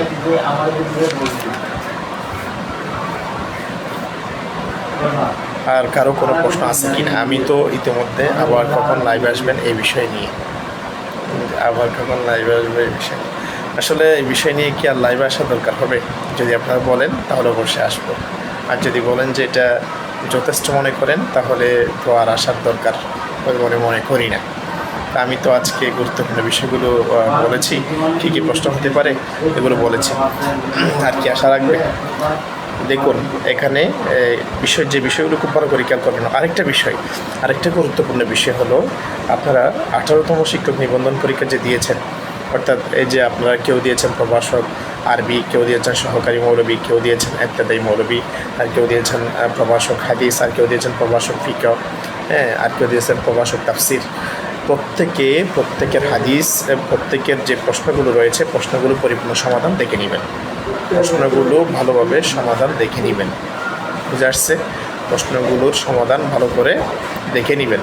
বারবার বলছি, প্রশ্নগুলোর সমাধান বারবার দেখে নেবেন। এক্ষেত্রে যে কোনো একটা প্রশ্ন অবশ্যই প্রশ্ন থেকে করতে পারে। 18তম শিক্ষক নিবন্ধন পরীক্ষায় যে বিষয় পরীক্ষা দিয়েছেন, ওই বিষয়ের প্রশ্ন থেকে অবশ্যই আপনাকে একটি প্রশ্ন করতে পারে। এটা বাধ্যতামূলক, এটা করতে পারে। আপনারা অবশ্যই দেখে নেবেন, অবশ্যই প্রত্যেকটা প্রশ্নের উত্তর ভালো করে দেখে নেবেন। আর প্রত্যেকটা প্রশ্নের উত্তর দেখার জন্য আমি এখানে দেখুন সহকারী মৌলবী, প্রভাষক আরবি, তারপর হচ্ছে ইবতেদায়ী মৌলবী, ইসলাম শিক্ষা, তারপর হচ্ছে যে ফিকহ, সবগুলোর সমাধান কিন্তু আমি দিয়েছি। হাদিস, এগুলোর সমাধান আমি আমার পেজের মধ্যে দিয়ে দিয়েছি, অর্থাৎ এই পেজে। যারা আমাকে এখন শুনতে পাচ্ছেন, এখন যারা দেখছেন তারাও দেখে নেবেন, এবং পরবর্তীতে যারা আমার এই ভিডিও দেখবেন তারাও দেখে নেবেন, তারাও ভালোভাবে দেখে নেবেন। ইনশাআল্লাহ পরিপূর্ণ সমাধান পাবেন। পরিপূর্ণ সমাধান, প্রত্যেকটা প্রশ্নের সমাধান আছে, আপনারা ভালোভাবে দেখে নেবেন। কারণ প্রশ্ন থেকে যে কোনো একটি প্রশ্ন অবশ্যই করতে পারে। এখন আমার কথা বুঝেছেন আপনারা? একটু জানান তো আমাকে, আমার কথাগুলো কি আপনারা বুঝছেন এখন এই মুহূর্তে যেগুলো বলছি সেগুলো? জাহাঙ্গীর আলম ভাই, জাহাঙ্গীর হোসেন ভাই বলছেন ওয়ালাইকুম আসসালাম। আসসালামু আলাইকুম। ওয়ালাইকুম আসসালাম রহমতুল্লাহ। জি জি, আলহামদুলিল্লাহ ভালো। আপনি কেমন আছেন? জাহাঙ্গীর আলম ভাই হচ্ছে যে আমার 18তম শিক্ষক নিবন্ধনের পেইড বেসের একজন ছাত্র। এনটিআরসি এর নতুন নাম নিয়ে কিছু বলেন স্যার। জি, এনটিআরসি এর নতুন নাম হচ্ছে যে আমি তো ভুলে গেলাম। CRR নাকি কি একটা দেওয়া হয়েছিল পরিপূর্ণ নাম, এটা আরেকটা দেখে নেবেন, এটা একটু পূর্ণ নামটা শিখে নেবেন।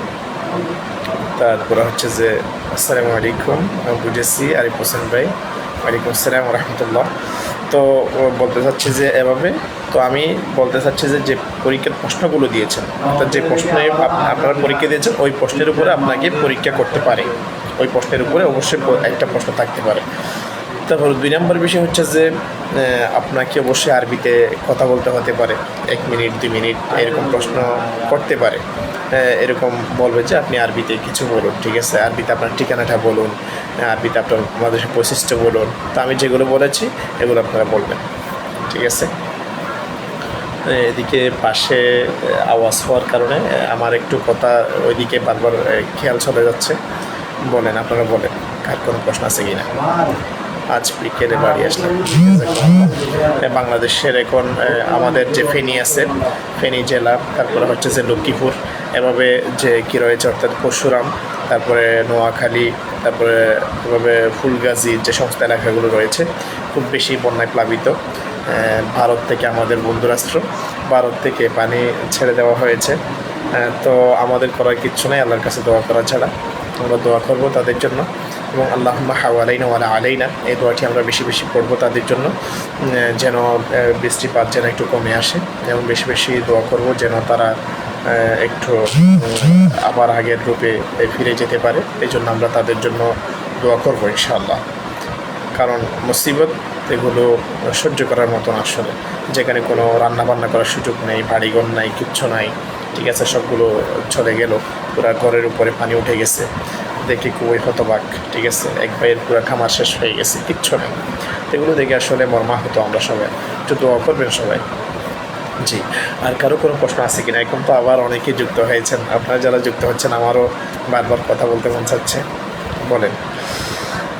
তারপরে আমি যে সমস্ত উত্তর করে দিয়েছি এগুলো আসলে এর বাইরে কিছু নাই, তো বেসিকগুলো। আচ্ছা, 18তম রিটেন রেজাল্ট কবে দিতে পারে জনা?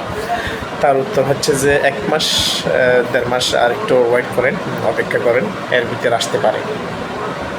আমি তো আপনাদেরকে আরবি দ্বিতীয়, অর্থাৎ আরবি দ্বিতীয়ের উপর কোনো কিছু বলি নাই। আচ্ছা, এগুলো একটু আমি শেষ করি। আরবি দ্বিতীয়ের উপর যে সমস্ত প্রশ্ন হতে পারে, যেমন আমার উত্তর পাইনি স্যার। জি, আমি তো আপনার উত্তর দিয়েছি রবিউল ইসলাম ভাই, আমি আপনাকে বলেছি এ ব্যাপারে আমার একটু পরিপূর্ণ এখন ধারণা নেই, আপনি একটু ধারণা নেবেন এ ব্যাপারে অন্যজন থেকে, আর আমি জানলে অবশ্যই আমি আপনাকে জেনে আপনাকে জানাবো, ঠিক আছে। গেল। তারপরে হচ্ছে যে আসসালামু আলাইকুম স্যার, আরবি ভাষার রিটেন মার্ক কত হতে পারে? যে আরবি রিটেন মার্ক হচ্ছে যে 50 থেকে 55 আরবি প্রবাস এরকম হতে পারে। ইনশাল্লাহ সবাই আপনারা প্রবাসে হয়ে যাবেন, একটু স্বচ্ছ নিয়েও ইনশাল্লাহ।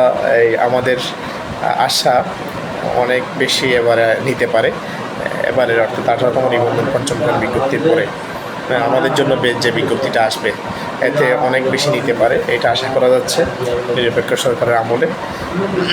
যদি দুর্নীতি না করে থাকে, স্বচ্ছ হয়ে থাকে, আমরা অনেক প্রার্থী ঢুকে যেতে পারবো ইনশাল্লাহ। ফুল ভিডিও পাবো নাকি? ইব্রাহিম খলিল ভাই, ফুল ভিডিও পাবো নাকি বলতে কিসের ফুল ভিডিওর কথা বলছেন? অর্থাৎ এখন যে লাইভ ক্লাস করছি এটা কি পরিপূর্ণ পাবেন কিনা পরবর্তীতে কথা বলছেন? যে অবশ্যই পাবেন। জি, তাহলে আরবি দ্বিতীয়ের উপর আমি কিছু টাচ দিচ্ছি, খেয়াল করুন। কলিমা কাকে বলে? কলিমা কাকে বলে অবশ্যই দেখে নেবেন যে একক অর্থবোধক শব্দকে কালিমা বলা হয়। কালিমা কত প্রকার? 3 প্রকার। যে ইসিম, ফেয়েল, হরফ। ইসিম, ফেয়েল, হরফ 3 প্রকার। ইসিম কাকে বলে? যে শব্দটি নিজে নিজের অর্থ প্রকাশ করতে পারে, 3টি কাল থেকে কোনো কাল পাওয়া যাবে না। যেমন হচ্ছে যে বকর, জাইদ, হালেদ, এই শব্দগুলো নিজে নিজের অর্থ প্রকাশ করতে পারে, কিন্তু 3 কাল থেকে কোনো কাল পাওয়া যায় না। ফেল বলা হয় যে শব্দগুলো নিজে নিজের অর্থ প্রকাশ করতে পারে, মানে মোটামুটি কথা। ইসিম হলো যে কোনো নাম, সেটা ব্যক্তির নাম, বস্তুর নাম, প্রাণীর নাম, জড় পদার্থের নাম, যে কোনো জিনিসের নাম হতে পারে, ঠিক আছে, সেটাই ইসিম। ফেল বলা হয় যে শব্দটি নিজে নিজের অর্থ প্রকাশ করতে পারে এবং 3টি কাল থেকে যে কোনো একটি কাল পাওয়া যাবে তাকে ফেল বলে। যেমন হচ্ছে যে জরাবা, সে একজন পুরুষ প্রহার করেছে, বা সে একজন পুরুষ মারলো, এখানে কোন কাল পাওয়া গেছে? অতীতকালে, মারাটা অতীতকালে পাওয়া গেছে, সুতরাং এটি কি বলেন তো? এটি কী হবে? ফেল, কারণ এখানে একটা কাল পাওয়া গেছে। অথবা ইয়াজরিবু, সে একজন পুরুষ মারছে বা মারবে, প্রহার করছে বা করবে, বর্তমানে মারছে অথবা ভবিষ্যৎকালে মারবে, বর্তমানকালে প্রহার করছে অথবা ভবিষ্যৎকালে প্রহার করবে, এরকম হতে পারে। তারপরে হচ্ছে যে এভাবে মানে 3 কাল থেকে যে কোনো একটি কাল পাওয়া গেলে সেটি হলো ফেইল। হরফ বলা হয় যে শব্দটি নিজে নিজের অর্থ প্রকাশ করতে পারে না, তবে অন্য শব্দের সাথে মিলে নিজের অর্থ নিজে প্রকাশ করতে পারে। যেমন মিন, মিন মানে হচ্ছে থেকে, কিসের থেকে বোঝা যায় না। যখন আমি বলবো সিদ্ধু মিন সীতাগং ইলা ঢাকা, আমি চট্টগ্রাম থেকে ঢাকার দিকে সফর করেছি, তাহলে এখানে কিন্তু পরিপূর্ণ বাক্যের অর্থ বোঝা গেছে এবং মিনের অর্থ বোঝা গেছে। আপনি কততম নিবন্ধিত স্যার, আপনি প্রভাষক কততম হয়েছেন আপনি স্যার, এগুলো আপনি ব্যক্তিগতভাবে জেনে নেবেন, সমস্যা নেই। এগুলোর উত্তর আমি পরবর্তীতে দেবো, সমস্যা নেই, ব্যক্তিগত বিষয়ে না বলাটাই ভালো। জি, ইউনুস শরীফ গাজীপুর থেকে, জি জাযাকুমুল্লাহ। তারপর হচ্ছে যে এভাবে আমাদের যে আরবি দ্বিতীয় নিয়ে বলছি, তাহলে কলিমা কাকে বলে বলেছি, এভাবে কলিমা কত প্রকার, ইসিম ফেল হরফ বলেছি। তারপরে বললাম যে হেদায়েতুন নাহু কিতাবের মুসান্নিফের নাম কি, লেখকের নাম কি জেনে নেবেন। তারপর হচ্ছে যে আল্লামা সিরাজউদ্দিন, ঠিক আছে, নাম জেনে নেবেন। তারপরে হচ্ছে যে এভাবে এবার কাফিয়া কিতাবের লেখককে, কাফিয়া এটাও একটা নাহুর কিতাব, কাফিয়া কিতাবটি একটি নাহুর কিতাব। তার অর্থ হচ্ছে তার লেখকের নাম হচ্ছে যে ইবনে হাজেব এভাবে বললে হয়ে যাবে, জামালউদ্দিন ইবনে হাজেব মনে হয়, জামালউদ্দিন, তবে ইবনে হাজেব বললে হয়ে যায়, পরিপূর্ণ আসলে নাম বলার দরকার নাই। ইবনে হাজেব নাম দিয়ে যেহেতু তিনি প্রসিদ্ধ। তারপর হচ্ছে যে এভাবে আরও যে সমস্ত প্রশ্ন হতে পারে, যে এখানে নাহুর মধ্যে যে মুজাক্কর মুয়ান্নাস কাকে বলে, মুজাক্কর হলো পুরুষ জাতিকে, মুয়ান্নাস স্ত্রী জাতিকে বলে। তারপরে ওয়াহেদ তাসনিয়া জামা, ওয়াহেদ এক বচনকে, তাসনিয়া দ্বিবচনকে, জামা বহু বচনকে বলে। জামা 2 প্রকার, জামা মুজাক্কর সালেম, জামা মুয়ান্নাস সালেম। জামা মুজাক্কর সালেম হলো যে শব্দের শেষে ওয়ানুন যুক্ত হবে, যেমন মুসলিমুনা। জামা মুয়ান্নাস সালেম বলা হয় যে শব্দের শেষে আলিফ এবং লম্বা তা যুক্ত হবে, সেটা জামা মুয়ান্নাস সালেম, ঠিক আছে। তারপরে হচ্ছে যেভাবে কালাম কাকে বলে, কালাম বলা হয় লফজুন তাজাম্মানে কালিমাতানি বিল ইসনাদ, এমন একটা বাক্য যে বাক্যের মধ্যে 2 অথবা 2 এর বেশি শব্দ ইসনাদের সহিত, অর্থাৎ ইসনাদের সহিত অন্তর্ভুক্ত হবে। বিহাইথু ইউফিদুল মুখাতাবা ফায়দাতান তাম্মাতান ইয়াসিহু সুকুতু আলাইহা, এমনভাবে ফায়দা দিবে সেটা যারা শ্রোতা যারা আছে তাদের কাছে পরিপূর্ণ ফায়দা পৌঁছে যাবে, পরিপূর্ণরূপে একটা খবর পৌঁছে যাবে, এবং পৌঁছার পরে পরিপূর্ণ চুপ থাকাটা শুদ্ধ হবে, নতুন করে কোনো প্রশ্ন তৈরি হবে না। তার নাম হচ্ছে যে কি, কালাম। তো এ হলো কালামের সংজ্ঞা। তারপরে এভাবে আরও জিজ্ঞাসা করতে পারে গায়রে মুনসারিফ কাকে বলে। গায়রে মুনসারিফ বলে যার মধ্যে আসবাব ও মুনাসরফের 9টি সওয়াব থেকে 2টি সওয়াব পাওয়া যাবে, ঠিক আছে, অথবা এমন একটি সওয়াব পাওয়া যাবে যার 2টি সওয়াবের ইসতিলাহি সিদ্ধ হয়, তাকে গায়রে মুনসারিফ বলা হয়, ঠিক আছে। গায়রে মুনসারিফের সওয়াব কয়টি আপনাকে জিজ্ঞাসা করতে পারে। গায়রে মুনসারিফের সওয়াব হচ্ছে 9টি: আদল, ওয়াসফ, তানিস, আরেফা, ওজমা, জামা, তরকিব, ওয়াজন ফাইল, আলিফ নুন যায়েদাতান, এগুলো আপনাকে জিজ্ঞাসা করতে পারে। তারপর হচ্ছে যে মওরাব কাকে বলে। মওরাব বলা হয় যে শব্দের শুরুতে, ঠিক আছে, ওয়া ইসমুন রুক্কিবা মা গায়রিহি ওয়ালা ইউশবিহু আল আসলি, যা অপরের সাথে মিলবে। ওয়া ইসমুন রুক্কিবা মা গায়রিহি, যা অপরের সাথে মিলবে, কিন্তু মবনি আসলের সাথে কী হবে না, সাদৃশ্য রাখবে না। মবনি আসলের সাথে সাদৃশ্য রাখবে না, অপরের সাথে মিলে আসবে। আরেক জায়গার মধ্যে সংজ্ঞা দেওয়া হয়েছে যার শুরুতে বিভিন্ন প্রকার আমেল আসার কারণে শেষে পরিবর্তন হবে, তাকে বলা হয় কি, মওরাব। এটা আবার অনেক জায়গার মধ্যে হুকুমের মধ্যেও দেওয়া হয়েছে, যার শুরুতে বিভিন্ন প্রকার আমেল আসবে, শেষে কী হবে, পরিবর্তন হবে, ঠিক আছে। যেমন যা জাইদুন রাআইতু জাইদান মারারতু বিজাইদিন, এখানে যা ফেল এটি আসার কারণে, আমেল আসার কারণে পেশ হয়েছে জাইদুনের মধ্যে, রাআইতু পরে জাইদান মফুল হওয়ার কারণে এখানে জবর হয়েছে, মারারতু বিজাইদিন বা হরফ জের আসার কারণে এখানে জের হয়েছে, ঠিক আছে, এরকম। তারপরে হচ্ছে যে এভাবে আমরা গায়রে মুনসারিফের সংজ্ঞা জেনেছি। তারপরে মওরাবের সংজ্ঞা আমরা জানতে পেরেছি। তারপরে হচ্ছে যে মোনাদা কাকে বলে, যাকে হরফে নাদা দ্বারা আহ্বান করা হয়। হরফে নাদা মোট কয়টি, 5টি: ইয়া, আয়া, হায়া, আয়া, আই, হামজাই মফতুহা, এগুলো হচ্ছে কি, অর্থাৎ মোনাদার হরফে নাদা। তারপরে হচ্ছে যে হরফে জের কয়টি, হরফে জের হচ্ছে 17টি, হরফে জের মোট কয়টি, 17টি। এটার জন্য একটা শায়ের আছে, বা উতাও কাফলা মুওয়া ও মুনজু মুজহলা রব্বা হাশা মিন আদা ফি আন আলা হাত্তা ইলা, এটা বলবেন। এখানে মোট 17টি বলেছি: বা, তা, কাফ, লাম, ওয়াও, মুনজু, মুজহলা, রব্বা হাশা মিন আদা ফি আন আলা হাত্তা ইলা গেল। তারপর হরফ মুসাব্বা বিল ফেল কয়টি, আচ্ছা। আবার হরফ জেরের আমলকে এটা একটু বলে দিই। হরফ জেরের আমল হচ্ছে শব্দের শুরুতে এসে তার শেষে জের দিবে, কাসরা দিবে, জের দিবে। তারপর হচ্ছে হরফজর মোট কয়টি? হরফজর হচ্ছে মোট 6টি। ইন্না, আন্না, কা আন্না, লাইতা, লাকিন্না, লা আল্লাহ। ইন্না, আন্না, কা আন্না, লাইতা, লাকিন্না, লা আল্লাহ। ইন্না বা আন্না কা আন্না লাইতা লাকিন্না লা আল্লাহ সাবে ইসম রাফে দর খবর জিতমা ওয়ালা। এখানে 6টি ইসিম শেয়ারের মধ্যে বলা হয়েছে। এগুলোর আমল কি? যদি আপনাকে বলা হয় এগুলোর আমল কি, ইসিমকে নসব দিবে, খবরকে রফা দিবে। নসব মানে জবর, আর খবরকে রফা দিবে। রফা মানে হচ্ছে পেশ। তাহলে ইসিমকে নসব দিবে, খবরকে রফা দিবে। তার উদাহরণ কি? যেমন ইন্নাল্লাহা আলিমুন, ঠিক আছে, এখানে ইন্না হরফ মুসাব্বা বিল ফাইল, আল্লাহকে নসব দিছে কারণ এটা ইন্নার ইসিম, তাহলে ইন্নার ইসিমকে নসব দিবে। ইন্নাল্লাহা আলিমুন, এই যে আলিমুন এখানে খবরের মধ্যে কি দিয়েছে? রফা দিয়েছে। এভাবে ইন্নাল্লাহা আলিমুন গেল। এরপরে তারপরে বলে দিলাম তাহলে হরফ মুসাব্বা বিল ফাইল কয়টি কী কী, এগুলোর আমল কি বলে দিয়েছি। তারপরে হরফে জর কয়টি কী কী, আমল কি বলে দিয়েছি। তারপর হচ্ছে যেভাবে আফালে নাকেসা কয়টা, আফালে নাকেসা যেমন তার জন্য আছে কানা, সরা, আসবাহু, আমসাউ, আদহা, জল্লাবাদ, মা ফাতা, মা দামা, মানফাক, লাইসা, মাশাদ, আসকফা। এটা একটা শায়ের, এটা মুখস্থ রাখবেন। কানা, সরা, আসবাহা, আমসা, আদহা, জল্লা, বাতা, মা ফাতা, মা বরিহা, মা দামা, মানফাক্কা, হ্যাঁ, মা জালা, এগুলো হচ্ছে আফালে নাকেসা। এগুলোর আমল কি? এগুলো ইসিমকে রফা দিবে, খবরকে নসব দিবে, অর্থাৎ ওই হরফ মুসাব্বা বিল ফাইলের বিপরীত আমল করে। হরফ মুসাব্বা বিল ফাইলের আমল হচ্ছে ইসিমকে নসব দিবে, খবরকে রফা দিবে। আর এগুলোর আমল হচ্ছে ইসিমকে কি দিবে? বলেন, ইসিমকে কি দিবে? রফা দিবে, খবরকে নসব দিবে। যেমন হচ্ছে যে এই এভাবে আমরা উদাহরণ দিতে পারি, যেমন কানাল্লাহু আলিমান হাকিমা, ঠিক আছে, কানা ইসিমকে রফা দিবে, খবরকে নসব দিবে, এভাবে। তো এগুলো, এই গুরুত্বপূর্ণ প্রশ্নগুলো আপনাকে করতে পারে আরবি দ্বিতীয়ের মধ্যে, এইগুলোও করবে, ঠিক আছে। এভাবে আফালে নাসেবা কয়টা, অর্থাৎ ফেল মোজারাকে নসব দেয় এরকম কয়টা? আনলান, কাই, ইজন, আনলান, কাই, ইজন, এগুলো নসব দিবে। তারপরে হরফে জাজেমা কয়টি, এগুলো কী কী? ইন মলম লম্মা উলামে আমরুলাই নাহি এনিস, ঠিক আছে। এই ইন, লম, লম্মা, লামে আমর, লাই নাহি। ইন, লম, লম্মা, লামে আমর, লাই নাহি, এগুলো, ঠিক আছে। এগুলো মনে রাখবেন। এগুলো আপনারা আমার কথা বুঝছেন নাকি আমি বলে যাচ্ছি আপনারা শুনছেন না? আমার কথা কি পরিপূর্ণ বুঝছেন? তাহলে প্রায় কোনটা হয়ে গেছে, আপনারা আমার কথা বুঝেছেন কি না? যেসব কথাগুলো বলেছি পরিপূর্ণ বুঝে আসছে কিনা আপনারা আমাকে একটু শেয়ার করেন, কমেন্টে জানান।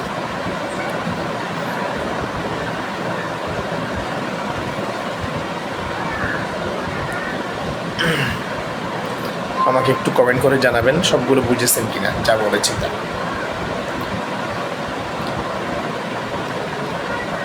যে কেউ একজন কমেন্ট করে জানান যে পরিপূর্ণ বুঝেছেন কিনা সবগুলো। জি, তাহলে সবাই ইয়া হয়ে গেছে, অর্থাৎ ওভার টাইম হয়ে গেছে, যার কারণে সবাই বিরক্ত হয়ে গেছে। এখানে শেষ করছি, বিরক্ত করতে চাই না, এখানে শেষ করছি। ইনশাল্লাহ আরেকবার যদি সুযোগ হয় আবার ইনশাল্লাহ লাইভে আসবো। তো আর কারো কোনো প্রশ্ন আছে কি না? এখানেই আজকের দার্স শেষ হয়ে গেছে। আর কারো কোনো প্রশ্ন আছে কি না? প্রশ্ন থাকলে একটু করতে পারেন। কারো কোনো প্রশ্ন থাকলে একটু কমেন্ট করে জানাতে পারেন। কোনো প্রশ্ন আছে কি না একটু জানাবেন।